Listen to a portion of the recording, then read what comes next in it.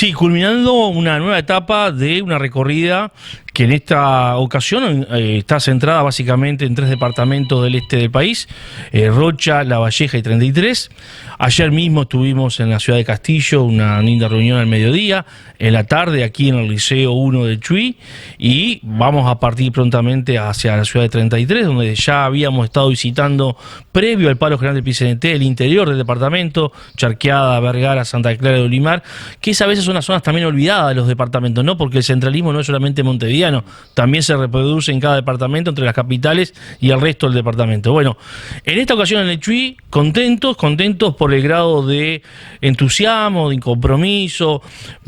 también de preocupación que tiene la gente, producto de muchos cambios que se están planteando desde el gobierno en general y desde el gobierno de la educación en particular, que fueron parte o son parte del centro de las discusiones, los debates, los intercambios que estamos teniendo en el marco de esta recorrida, una recorrida que nos está dejando como un saldo positivo un importante resurgimiento de las organizaciones sindicales en el ámbito educativo, al igual que el movimiento estudiantil, lo hemos visto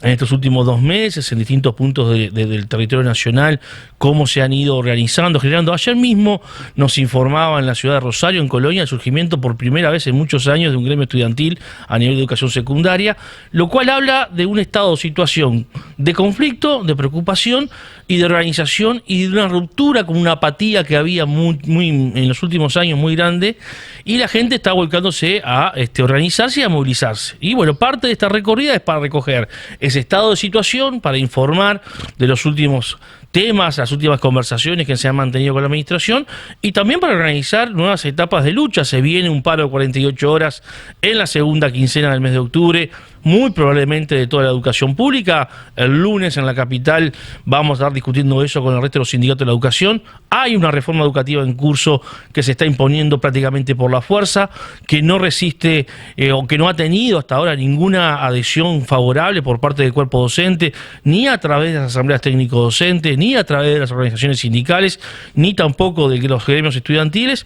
Pero la administración sigue con su discurso fundante de refundar la educación pública uruguaya en un tiempo y en un momento muy complicado para la vida del país,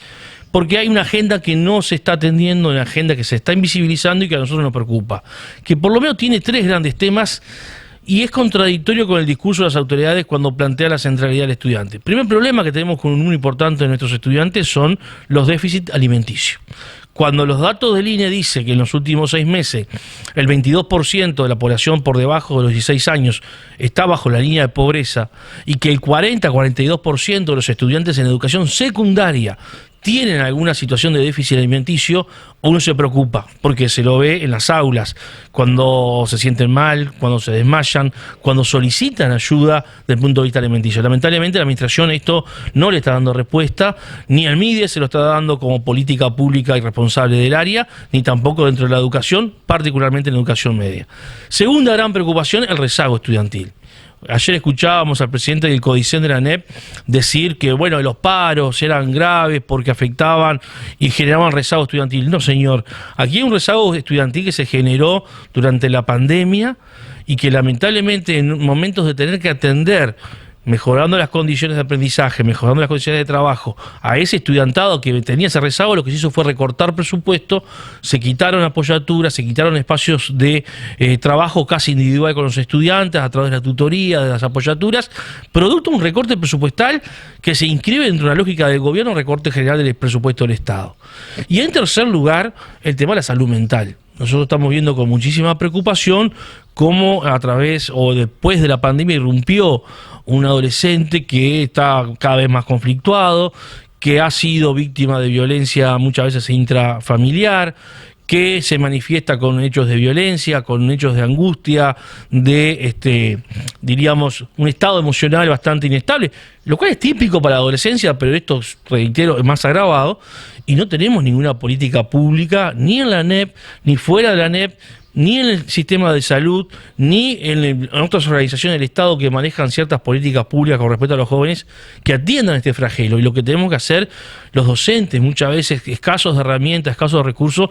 atender esa realidad. Y a veces escasos también de conocimientos, ¿no? Sí, sí, claro, porque bueno, la formación docente tiene un componente, sí, de elementos que uno tiene algunas herramientas para manejar las cuestiones psicológicas, las cuestiones hasta emocionales, pero no son todas las herramientas que se requiere para atender de lo que estamos hablando. Y bueno, esta agenda se ha invisibilizado por parte del presidente del Códice de la ANEP, particularmente, que está hoy mismo recorriendo el país en un llamado cara a cara, que es una puesta en escena para vender, entre comillas diríamos, porque en definitiva es una estrategia de marketing, una transformación educativa que no tiene el consenso de nadie. Pero hace 100 años que estamos reformando la educación, en definitiva, en este país. Cada vez que cambian los gobiernos, se reforma la educación. ¿Cómo se posicionan los trabajadores y los protagonistas de la educación, que son los profesores? Uno podría decir, miren, las administraciones pasan, los trabajadores quedan. Pero sería un planteo muy egoísta y muy absurdo por lo que está en juego en la educación.